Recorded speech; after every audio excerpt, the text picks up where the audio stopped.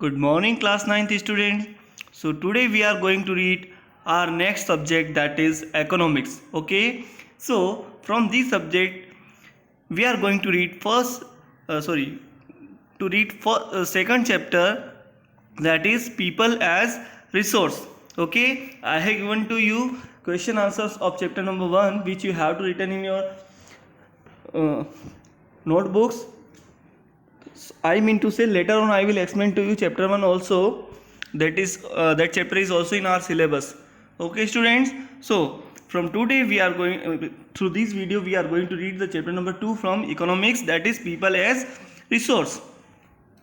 Economics is an additional part or additional subject which we can say from your social science subject. Okay, in the previous classes you have been read about the history, civics and political history, civics and geography. Now in this class you also have to read the next one subject or the next part of social science, that is economics. Okay, so from this subject, or we can say from the part of social science, we are going to read the second chapter, people as resource. So student, the first question which is appearing in your mind, that is why we are calling to people as a resource. I hope many students can give answer because they have been read in class 8 also. Okay, as I explained to you that anything or object or substance that can satisfy anyone's need and has economical value is called a resource. It can be gifted by nature, it can be man made, even it can be human also. So ये जो third statement मैंने बोला है, it can be human also, तो इस chapter में हम इसी जो रिसोर्स है ह्यूमन, उसके बारे में रीड करने जा रहे हैं. Okay, so the question is why we are calling people as a resource. लोगों को हम रिसोर्स क्यों बोलते हैं? Okay, so the basic concept हमने प्रीवियस क्लास में स्टडी किया है. Now we are going to elaborate to this concept. Now read. People as a resource. People as a resource is a way of referring to a country's workforce in terms of their existing skills and abilities. It means people as a resource से यहाँ पर meaning है, या जो यहाँ इसका जो आशय निकल रहा है वो ये है कि किसी कंट्री के जो लोग हैं या उनके वहाँ के जो रहने वाले लोग, वो लोग जो वर्कफोर्स यानी जो काम करते हैं, कार्य शक्ति जिसको हम बोल सकते हैं, वो किस तरह की है. Workforce in terms of their existing skills and abilities, किस तरह की है से यहाँ पर मीनिंग हो गया कि उनमें क्या स्किल्स है, क्या एबिलिटीज उनके अंदर है. स्किल्स यानी कौन सी फील्ड में उनके पास परफेक्शन है, क्या वो बहुत अच्छे से कर सकते हैं, किसमें कुशल है, और एबिलिटीज यानी उनमें क्या क्या योग्यताएं हैं. Okay, so people as a resource का मीनिंग हो गया वर्कफोर्स ऑफ अ कंट्री, और we can say people of a country with some particular skills and abilities. Now students, people as a resource is a way of referring to a country's workforce in terms of their existing skills and abilities. I explained to you. Human capital formation. When the existing human resource is further developed by spending on making workforce more educated and healthy, it is called human capital formation. यानी जब किसी देश, human capital formation क्या होता है, जब किसी देश के ह्यूमन रिसोर्स को यानी लोगों को, ओके, उनको जो है कुछ और पैसा उन पर खर्च करके, धन व्यय करके, जब उनको वर्क और ज़्यादा एजुकेटेड बनाया जाता है या और हेल्थी बनाया जाता है, ठीक है, तो इसको हम क्या बोलते हैं, human capital formation. Okay, now student, in brief we are going to take some explanation with flow charts, then we will read about some important facts, and in our next video we will read about the chapter in detailed way. Now here classification of activities. अब human जो कि एक resource है, तो वो अलग अलग तरह की various kinds of activities perform करता है. बेसिकली 3 काइंड्स ऑफ एक्टिविटीज होती है. क्लास 8 में भी आपने रीड किया है. Primary activities, secondary activities, tertiary activities. Primary activities related to agriculture. Okay, primary activities include forestry, animal husbandry, fishing, poultry, farming etcetera. Okay, यानी इसमें एग्रीकल्चर हो गया, फॉरेस्ट यानी वनोत्पादन हो गया, जंगल से कोई भी चीज़ आप ले रहे हो, ठीक है. एनिमल हस्बेंड्री यानी पशुपालन आप कर रहे हो, फिशिंग कर रहे हो, मछली पालन उत्पादन कर रहे हो, ठीक है, या मछली पालन जिसको हम बोलते हैं, पोल्ट्री फार्म कर रहे हो यानी अंडे वगैरह इनका उत्पादन करना, चूजे वगैरह, फार्मिंग कृषि खेती कर रहे हो, ये सब जो है किस में आते हैं, प्राइमरी सेक्टर में या प्राइमरी एक्टिविटी में आते हैं। 3 टाइप्स की एक्टिविटी होती है। फर्स्ट हमने रीड की primary activity. Now secondary activity includes activities like manufacturing and construction activities, यानी जो मैन्युफैक्चरिंग एक्टिविटीज होती है यानी उत्पादन की प्रक्रिया है, कारखानों में किसी सामान का बनना, और कंस्ट्रक्शन एक्टिविटीज यानी निर्माण कार्य, जैसे रोड बनना, बिल्डिंग का बनना, हॉस्पिटल बिल्डिंग का बनना, डैम का बनना, कोई मल्टी स्टोरी कंटेनमेंट एरिया बनना, या बहुत सारा हम बोल सकते हैं। तो कंस्ट्रक्शनल एक्टिविटीज और मैन्युफैक्चरिंग एक्टिविटीज जो होती है वो कौन सी एक्टिविटी होती है, these are the activities of secondary sector, okay, या सेकेंडरी एक्टिविटीज हम बोल सकते हैं। नाउ जो थर्ड एक्टिविटी है, तो पहले before that I would like to say secondary activities जो होती है वो प्राइमरी एक्टिविटी पर बेस्ड होती है, यानी इनके बीच में लिंक है, okay. Now territory activities is related to the service sector, ये सर्विस सेक्टर से रिलेटेड एक्टिविटीज होती है, जैसे एजुकेशन प्रोवाइड करना, ट्रांसपोर्ट फैसिलिटीज रन करना, है ना, banking, insurance, health and tourism, ये सब टेरिटरी एक्टिविटीज है। टेरिटरी सेक्टर है, ये प्राइमरी और सेकेंडरी सेक्टर को सपोर्ट करती है, ठीक है। जैसे मैंने बोला कि सेकेंडरी एक्टिविटी प्राइमरी एक्टिविटी पर बेस्ड होती है, यानी प्राइमरी एक्टिविटी जो है बेस प्रोवाइड करती है किसको, सेकेंडरी एक्टिविटीज को हम बोल सकते हैं मोटे तौर पर। और टेरिटरी एक्टिविटीज जो होती है वो इन दोनों को ही, प्राइमरी और सेकेंडरी, इन दोनों ही एक्टिविटीज को सपोर्ट प्रोवाइड करती है या इनको रन करने में हेल्प करती है ना। इकोनॉमिक एक्टिविटीज कितने टाइप्स की होती है, okay, read here, the activities in the territory sector result in the production of goods and services. तो इकोनॉमिक एक्टिविटीज तो हमने 3 टाइप्स की पढ़ ली, ठीक है, प्राइमरी एक्टिविटीज, सेकेंडरी एक्टिविटीज और टेरिटरी एक्टिविटीज।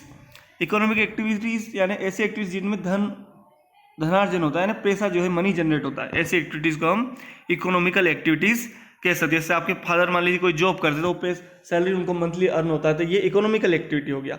लेकिन आपकी मदर आपको घर में रख के आप खाना खिला रहे हैं, आपको कपड़े धो रहे हैं, आपकी केयर लुक आफ्टर कर रहे हैं, तो ये कोई इकोनॉमिकल एक्टिविटी नहीं है, इसमें कोई प्रोडक्शन नहीं हो, ऐसा कोई काम नहीं हो, ये जो है इकोनॉमिकल एक्टिविटी में काउंट नहीं किया जाएगा। काम तो उन्होंने भी किया, एक्टिविटी वहाँ पर भी हुई। तो इकोनॉमिकल एक्टिविटी ऐसी एक्टिविटीज जहाँ पर मनी जनरेट होता है, जो जनरेशन ऑफ मनी से रिलेटेड होती है।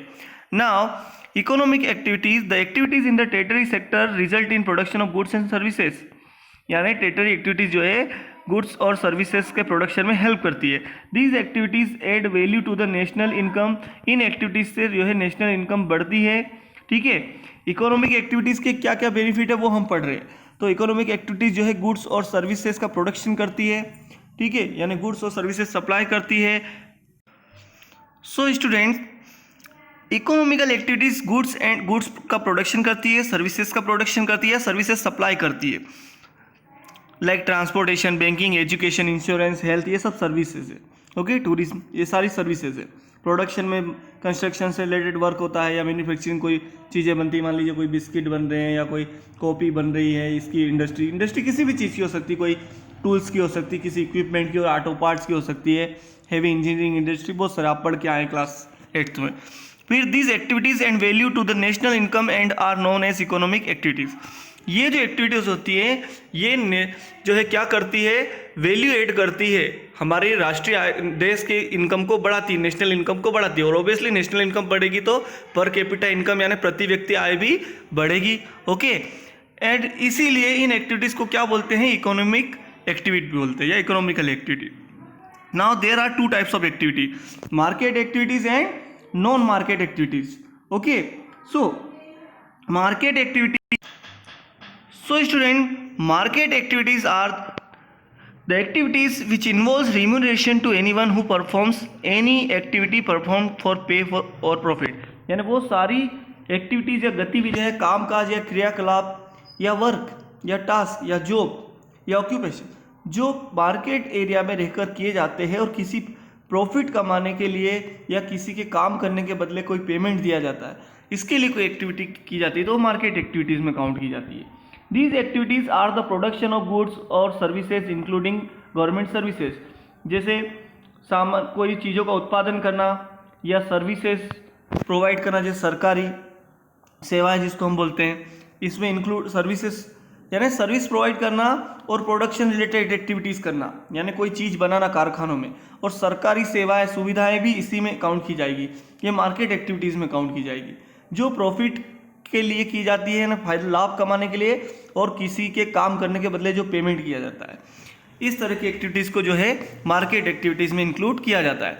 Now non market activities, these activities are the production for self consumption, यानी ऐसी एक्टिविटीज़ खुद के उपभोग के लिए, खुद के कंजप्शन के लिए, स्व उपभोग के लिए, आत्म उपभोग के लिए जो है परफॉर्म की जाती है। खुद के लिए जो है प्रोडक्शन इसमें किया जाता है, स्वयं के काम में लेने के लिए चीज़ों को उत्पादित किया जाता है। These can be यानी non market activities can be consumption and processing of primary product and on account production of fixed assets, यानी इस तरह की एक्टिविटीज़ में प्राइमरी प्रोडक्ट यानी कोई जो प्राथमिक सबसे पहले जो कोई चीज़ से किसी रॉ मटेरियल से जो प्रोडक्ट बनता है उसको प्राइमरी प्रोडक्ट बोलते हैं। तो प्राइमरी प्रोडक्ट को जो है बनाया जाता है, उसका कंजप्शन शामिल होता है, and on account production of fixed assets, और जिस पार्टिकुलर प्लेस पर जो है प्रोडक्शन वर्क किया जा रहा है उस एसेट की जो है कास्ट को भी इसमें इंक्लूड किया जाता है।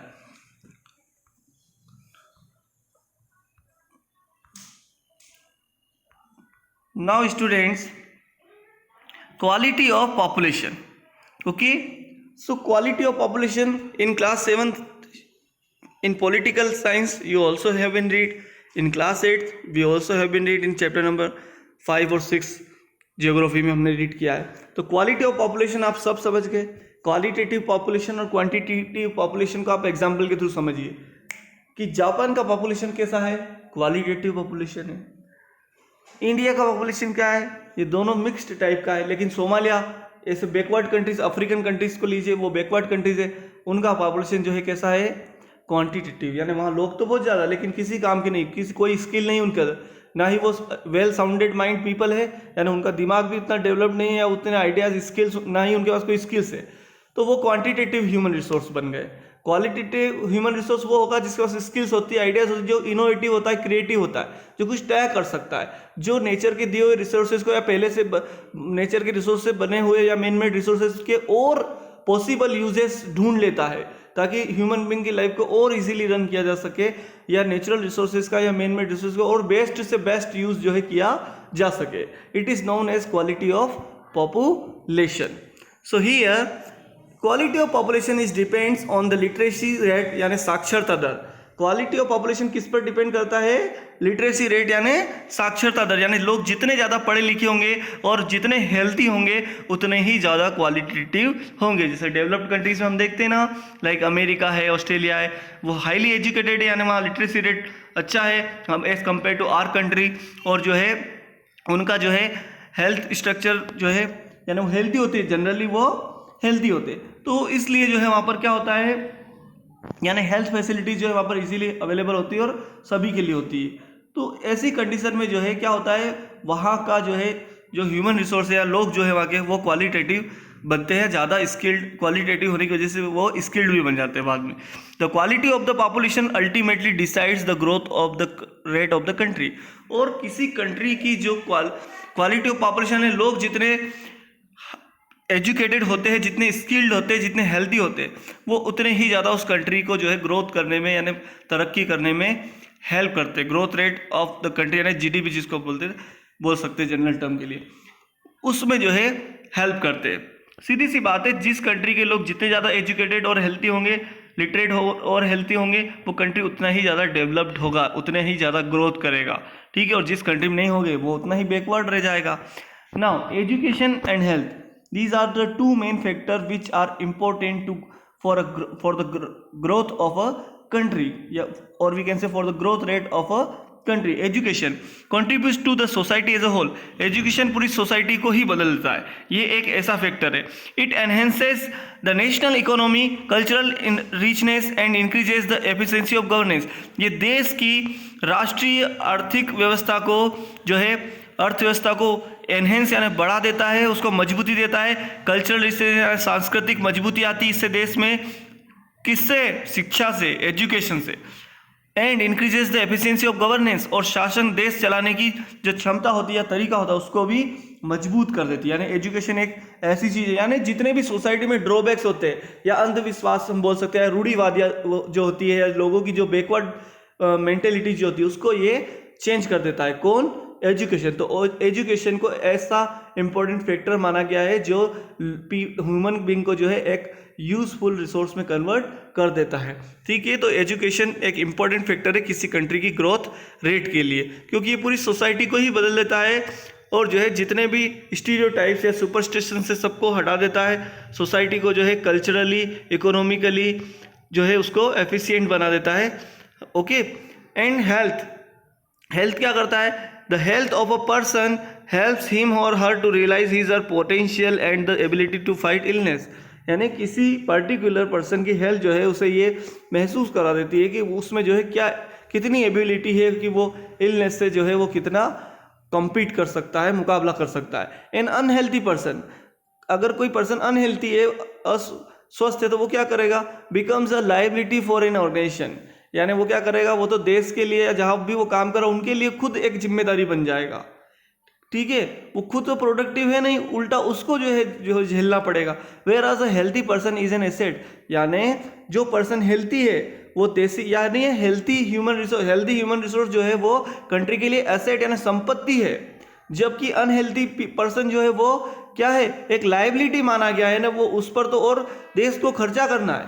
ठीक है, उसके ऊपर देश को खर्चा करना है, वो खुद तो देश को जो है कमा कर नहीं दे सकता। कहने का मीनिंग अगर हम जनरल भाषा में समझे, सामान्य भाषा में, तो हम ऐसा कहेंगे कि हेल्थी पर्सन जो है वो एसेट माने गए ना, संपत्ति है देश की, और अनहेल्थी पर्सन जो है वो लायबिलिटी यानी दायित्व है या देनदारी है देश की, उल्टा देश को उनके ऊपर खर्च कर। तो हमें कैसे, हमारे देश में कैसा जो है ह्यूमन रिसोर्स होना चाहिए? So you will say sir healthy. Okay, now तो हमने क्या रीड किया? अभी हमने रीड किया कि एजुकेशन और हेल्थ ये दो ऐसे फैक्टर है जो किसी कंट्री की ग्रोथ रेट को अफेक्ट करते हैं। ओके, यानी किसी कंट्री के पीपल जो है अगर उन्हें क्वालिटेटिव रिसोर्स में बदलना है तो उनमें एजुकेशन या लिटरेसी और हेल्थ का जो लेवल है वो बहुत अच्छे लेवल या ऊंचे लेवल तक, हाई लेवल तक जो है उनका होना चाहिए, उन्हें प्रोवाइड करना पड़ेगा। अब अनएम्प्लॉयमेंट यानी बेरोजगारी, व्हेन पीपल हैव एबिलिटीज, जब लोगों के पास योग्यताएं तो होती है but they do not have work to do, but उनके पास काम नहीं होता है करने के लिए। So these kinds of situations और circumstances are known as unemployment. इस तरह की परिस्थितियों को हम क्या कहते हैं? बेरोजगारी। ओके, जब कार्य का नियोजन नहीं हो पाता है ना, लोगों को काम नहीं मिल पाता है, काम करने लायक वो होते हैं, उनमें स्किल्स भी होती है, बट काम ही नहीं है, तो वो क्या करें? ऐसी सिचुएशन को हम क्या कहते हैं? Unemployment. When people who are willing to work, जब लोग काम करना तो चाहते हैं, विलिंग टू वर्क यानी उनकी इच्छा तो है कि वो काम करे, at the going wages can not find jobs, जिस है ना, एट द गोइंग वेजेस यानी जो मजदूरियाँ उनको मिल सकती उस पर, लेकिन कैन नॉट फाइंड जॉब्स यानी पर उन्हें काम नहीं मिल सकता या वो नहीं ढूंढ सकते, मतलब है ही नहीं। We have unemployment in rural and urban areas, हमारे देश में रूरल यानी ग्रामीण और अर्बन यानी शहरी दोनों ही तरह के एरियाज या क्षेत्रों में जो है क्या है? अनएम्प्लॉयमेंट या बेरोजगारी है। Now rural unemployment and urban unemployment. So seasonal unemployment and rural unemployment two types की होती है। एक होती है सीजनल एम्प्लॉयमेंट के पर्टिकुलर सीजन में जब खेतों में कोई काम नहीं, फसल नहीं है, तब उस समय बेरोजगार अनएम्प्लॉयड हो जाते हैं फार्मर्स और उनके साथ लगे हुए जितने भी लेबरर्स होते हैं। दूसरा डिस्टिंग्विश्ड अनएम्प्लॉयमेंट होता है विलेजेस में। एक तो सीजनल अनएम्प्लॉयमेंट मैंने आपको बताया, दूसरा होता है डिस्टिंग्विश्ड अनएम्प्लॉयमेंट। और शहरों में एजुकेटेड अनएम्प्लॉयमेंट यानी पढ़े लिखे लोग होते हैं लेकिन फिर भी उनके पास काम नहीं होता है, तो उन्हें एजुकेटेड अनएम्प्लॉयमेंट बोला जाता है, अनएम्प्लॉयड बोला जाता है। Now when people, urban unemployment को आप पढ़िए, व्हेन पीपल आर एजुकेटेड, जब लोग पढ़े लिखे होते हैं और स्किल्ड, उनके पास स्किल भी होती है कि कोई काम कैसे किया जा सकता, but do not get job opportunity, पर उन्हें काम करने को ही नहीं मिलता या जॉब अपॉर्चुनिटी या काम करने के अवसर ही उनको नहीं मिलते, मौके ही नहीं मिलते। तो इस तरह की बेरोजगारी को या अनएम्प्लॉयमेंट को हम क्या बोलते हैं? Urban unemployment. और रूरल अनएम्प्लॉयमेंट किसको बोलते हैं? जब ये दो तरह की होती है, टू टाइप्स की होती है। It is of two types, the first one is seasonal unemployment and the second one is distinguished unemployment. तो seasonal unemployment when people are not able to find jobs during some months of the year, यानी साल के कुछ season से आप समझ गए, season word जो है किसको बताता है कि 3-4 मंथ का पीरियड सर।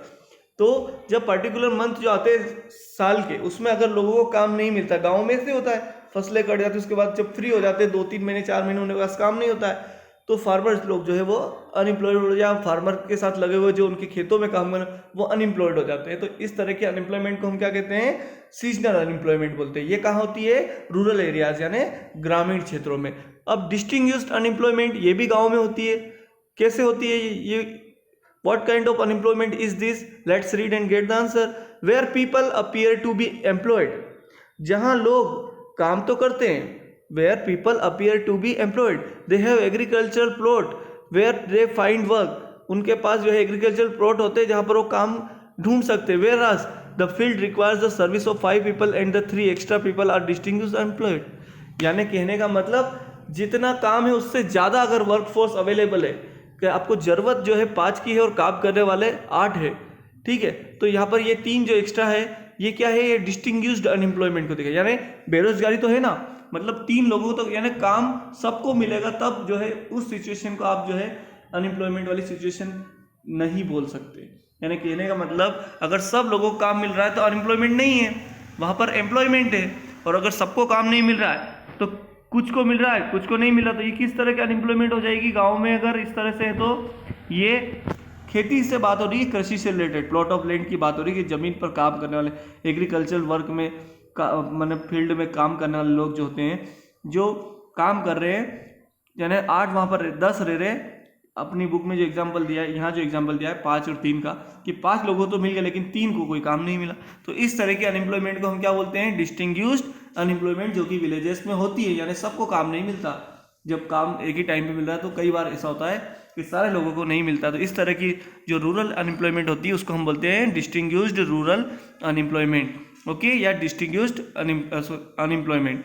तो ये 2 तरह की जो है अनएम्प्लॉयमेंट होती है, rural unemployment and urban unemployment. अब रूरल अनएम्प्लॉयमेंट को फिर से इसके 2 टाइप सब टाइप्स है, इसके सब टाइप्स 2 है। पहला हमने पढ़ा सीजनल एम्प्लॉयमेंट, दूसरा हमने पढ़ा distinguished unemployment. Okay, now students we are going to read about the consequences of unemployment. Unemployment के क्या परिणाम होते हैं, क्या होते हैं, आप खुद समझदार है, you all are aware regarding to this, कि भाई इसके क्या जो है परिणाम हो सके, क्या होगा। Read here, unemployment leads to wastage of man power resource. मतलब मेन पावर तो है, काम करने वाले लोग हैं, उनमें एबिलिटी, लेकिन उनका वेस्टेज हो जाएगा। वो मालूम पड़ा ऐसे ही मर गए, उन्हें काम ही नहीं मिला, पूरी जिंदगी बेकार बैठे घर बैठे बैठे खाते रहे, क्योंकि जब काम था ही नहीं तो अपनी एबिलिटी को कैसे वो जो है यूज करें। ओके, तो अनएम्प्लॉयमेंट क्या करते हैं, it leads to wastage of man power resources. So students, here we can say unemployment leads to wastage of main powers, or we can say human resources. Unemployment tends to increase the economic overload, that is dependence of the unemployed on the working population.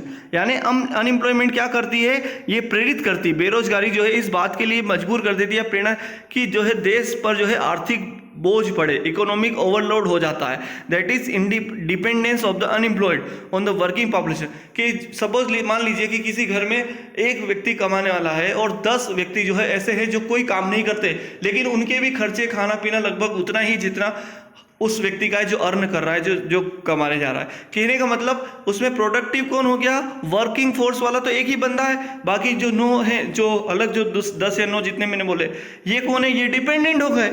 तो ये economical depend है, खुद काम वो कर सकते हैं लेकिन उनके पास एबिलिटी है लेकिन काम नहीं है करने के लिए। इस सिचुएशन को हम क्या बोलते हैं, अनएम्प्लॉयमेंट बोलते हैं। तो अनएम्प्लॉयमेंट एक तरीके से तो ये 9-10 लोग जो है इनका जो है इनकी मेन पावर का तो कोई यूज हो नहीं पाएगा, इनकी स्किल का भी यूज नहीं हो पा रहा। दूसरी बात ये जो है कंट्री के ऊपर उस कहने का मतलब उस पर्टिकुलर हमारे एग्जांपल के अकॉर्डिंग उस पर्सन के ऊपर जो अर्न कर रहा है, जो अकेला एकमात्र उस घर में कमाने वाला है, उसके ऊपर डिपेंडेंट है, तो उसके ऊपर इकोनॉमिक ओवरलोड है एक तरीके से, और देश के ऊपर भी इकोनॉमिक ओवरलोड की तरह ही है। अनएम्प्लॉयमेंट में lead to increase in social unrest and tension. Unemployment basically क्या क्रिएट करता है, ये सोसाइटी में एक जो है क्या बोल सकते हैं, हम बोल सकते हैं एक व्यवधान उत्पन्न करता है या एक टेंशन क्रिएट कर देता है सोसाइटी के अंदर। ओके, यानी सोशल स्ट्रक्चर को ये नुकसान पहुंचाती है।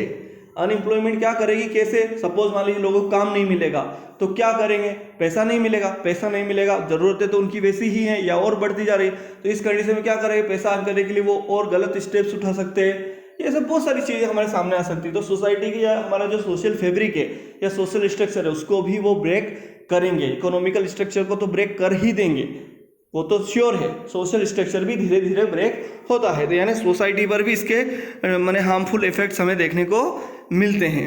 Okay students, now here some important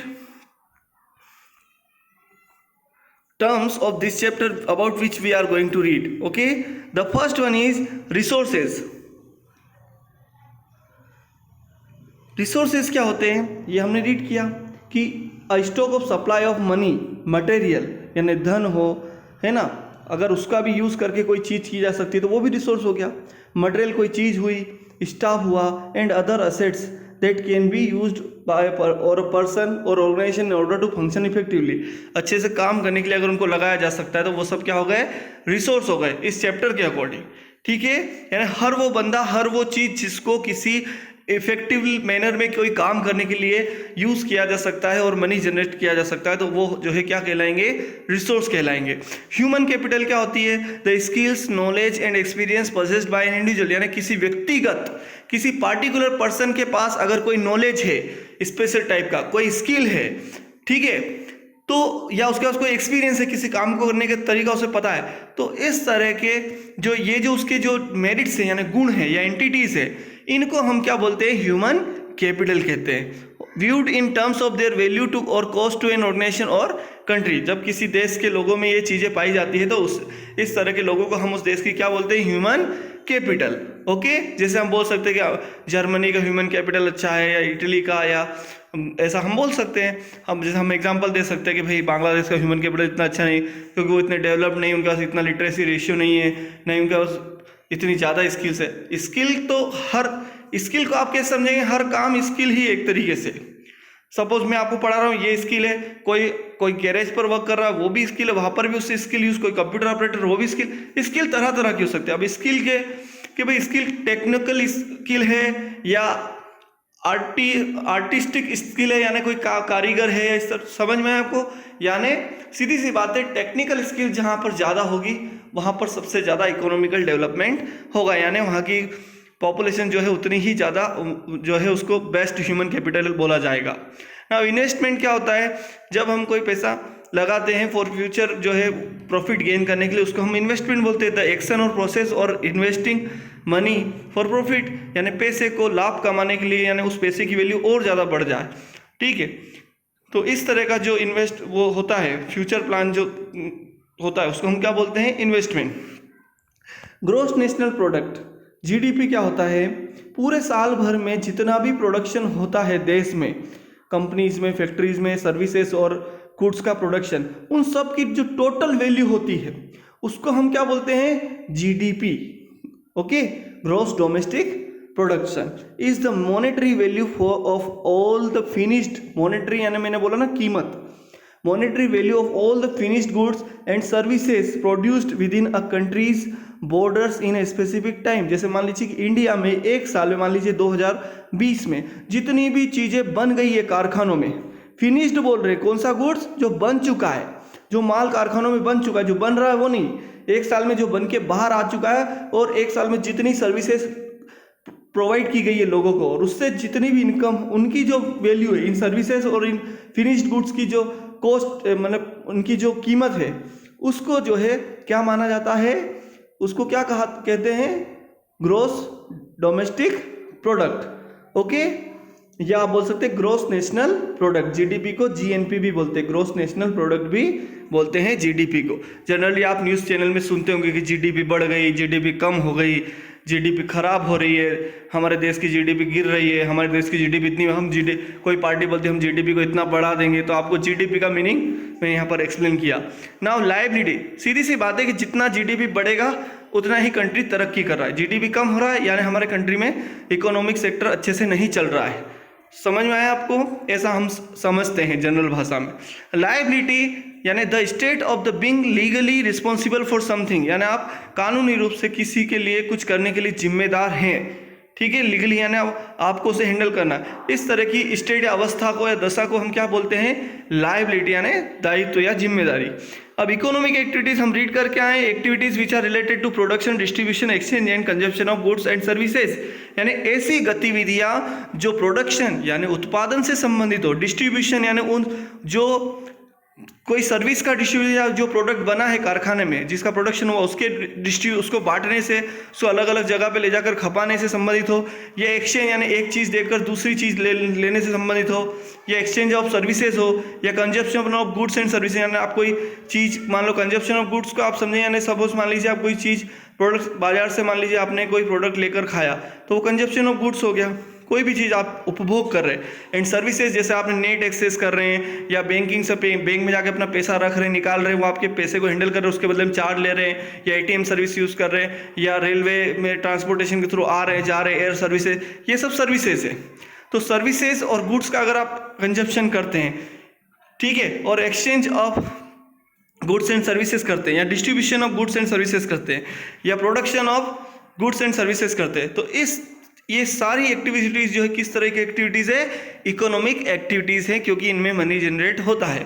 ठीक है, अब प्राइमरी एक्टिविटीज़ हम अभी भी रीड करके आए। The primary sector of the economy is the sector of economy making direct use of natural resources, यानी सीधे सीधे नेचुरल रिसोर्सेज को यूज़ करके अगर कोई काम किया जाता है तो वो प्राइमरी एक्टिविटीज़।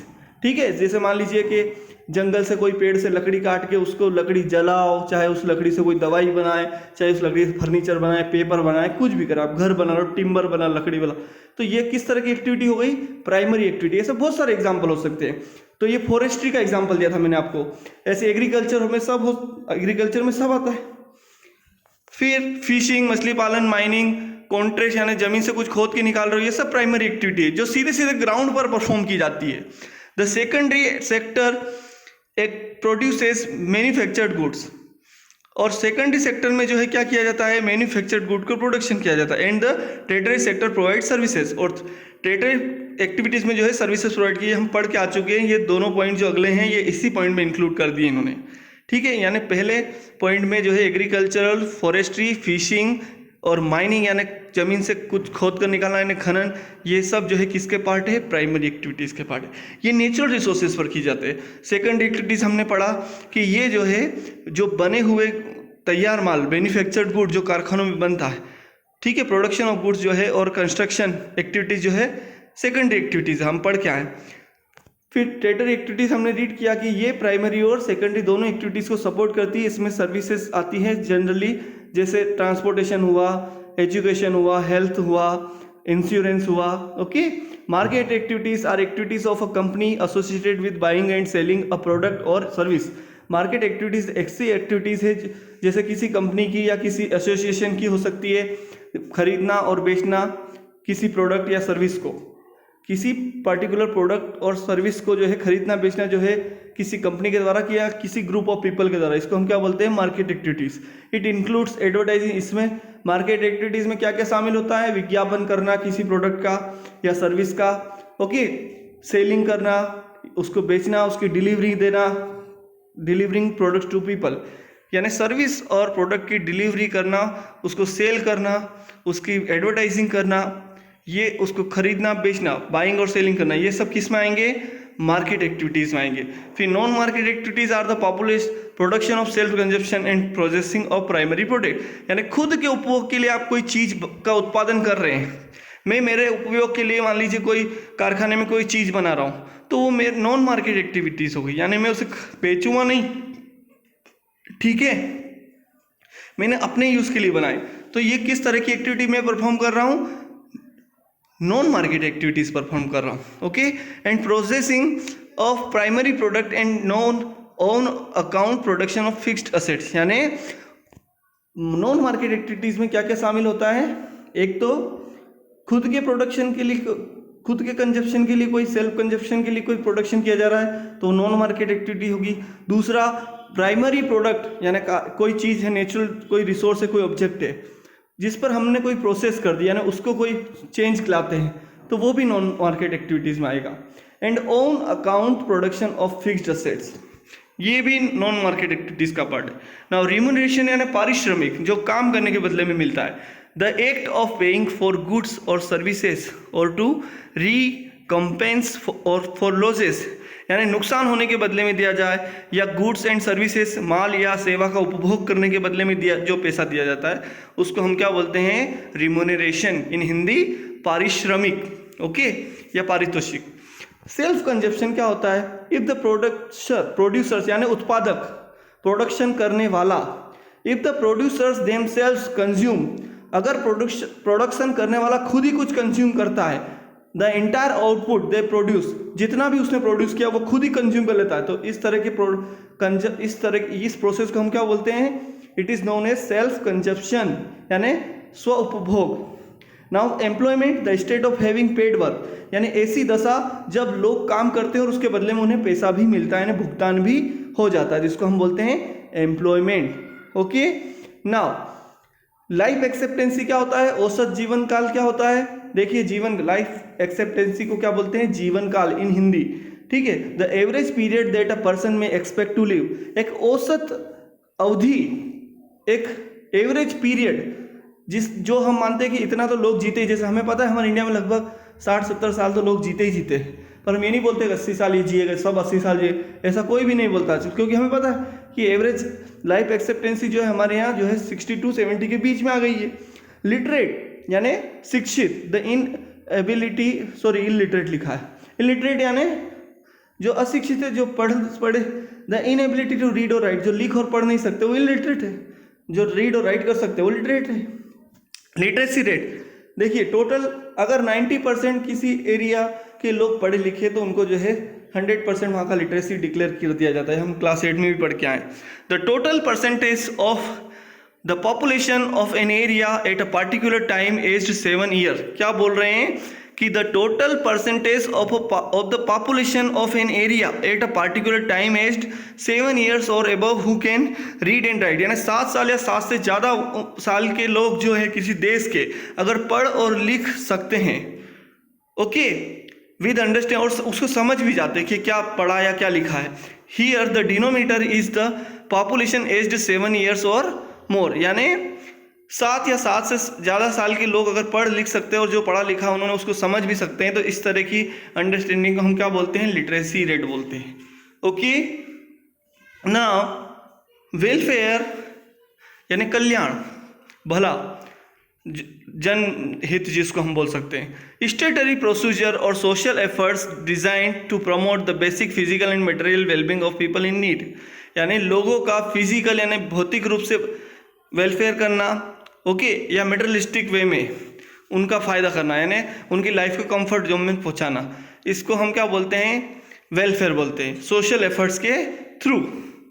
अब इन्फेंट मोर्टेलिटी रेट क्या होता है, it is the rate or the number of deaths under 1 year of age, यानी 1 साल की उम्र के तक के बच्चों की जो डेथ होती है ना, occurring among the live birth in a given geographical area during a given year per 1000 life, यानी प्रति 1000 जीवित बच्चों पर जितने बच्चों की मृत्यु हुई है उसको हम क्या बोलते हैं, infant mortality rate among the population of the given geographical area during the same year, यानी किसी पार्टिकुलर एरिया में किसी पार्टिकुलर ईयर में पर 1000 लाइव बर्थ यानी जीवित बच्चों पर जितने बच्चों की मृत्यु उसमें से हो जाती है उसको हम बोलते हैं infant mortality rate. Okay, now death rate, like ये भी थोड़ा सेम है इससे, the ratio of deaths to be population of a particular area और during a particular period of time, यानी the ratio of deaths to the population of a particular area during a particular period of time, यानी किसी निश्चित समय में और किसी area में नंबर ऑफ पीपल कितना जो है वो डाई कर जाते हैं, मर जाते हैं, usually calculated as the number of deaths per 1000 people है, यानी प्रति 1000 में से कितने लोग मर जाते हैं, इसको जो है डेथ रेट में काउंट किया जाता है या डेथ रेट बोला जाता है। Now students, unemployment, it is defined as a situation where someone of working age is not able to get a job, यानी एक ऐसी सिचुएशन जहाँ लोग जो है वर्किंग एज यानी काम करने की उनकी उम्र है, वो काम करने के स्किल्ड भी है, but not having work to do, पर उनके पास जो है फुल टाइम एम्प्लॉयमेंट ही नहीं है, परमानेंट कोई वर्क नहीं है, सीजनल वर्क है, तो भी अनएम्प्लॉयमेंट है। समझ में आया? यानी अगर कोई बंदा 12 महीने काम नहीं कर रहे कि 8 महीने कर रहा है, 4 महीने, तो भी वो अनएम्प्लॉयड ही कहा जाएगा एक तरीके से, ठीक है, यानी वो सीजनली अनएम्प्लॉयड है ना। सीजनल अनएम्प्लॉयमेंट क्या होता है वो मैंने अभी आपको बताया। डिस्टिंग्विश अनएम्प्लॉयमेंट ये भी हम रीड करके आए, फिर भी आप पढ़ लीजिए। Distinguish unemployment, it is a kind of unemployment in which some people look like being employed but are actually not employed fully, यानी डिस्टिंग्विश्ड, इसको हम हिंदी बोलते हैं सादृश्य बेरोजगारी। इसमें क्या होता है कि आपको लगता है कि ये लोग भी काम कर रहे हैं, इन लोगों के पास भी काम है, लेकिन वो एक्चुअल में काम नहीं कर रहे, वो ऐसे ही हैं, ठीक है। जैसे कि मान लीजिए कि 4 लोग काम करने गए, उसमें से 2 ही एम्प्लॉयड है, पर वो 2 उनके साथ बस उनकी हेल्प करते हैं, समझ में आया, यानी पेमेंट जो है 2 क्या ही किया जाएगा, भले ही वो 4 जने काम कर रहे हैं। तो ऐसी कंडीशंस को हम क्या, ऐसी सिचुएशन को हम क्या बोलते हैं, डिस्टिंग्विश्ड अनएम्प्लॉयमेंट। जब जितने काम करने वाले उससे ज़्यादा लोग वहाँ पर काम करते हैं, लेकिन पेमेंट खाली उतनों को ही किया जाता है जितनों की ज़रूरत होती है, ठीक है। तो ये चैप्टर हमने ब्रीफ में समझा है। इस चैप्टर को आप भी अपनी बुक से अच्छे से रीड करें, और कोई डाउट हो तो मुझे मैसेज के थ्रू जो है आप ड्रॉप कर दें। Okay, thank you.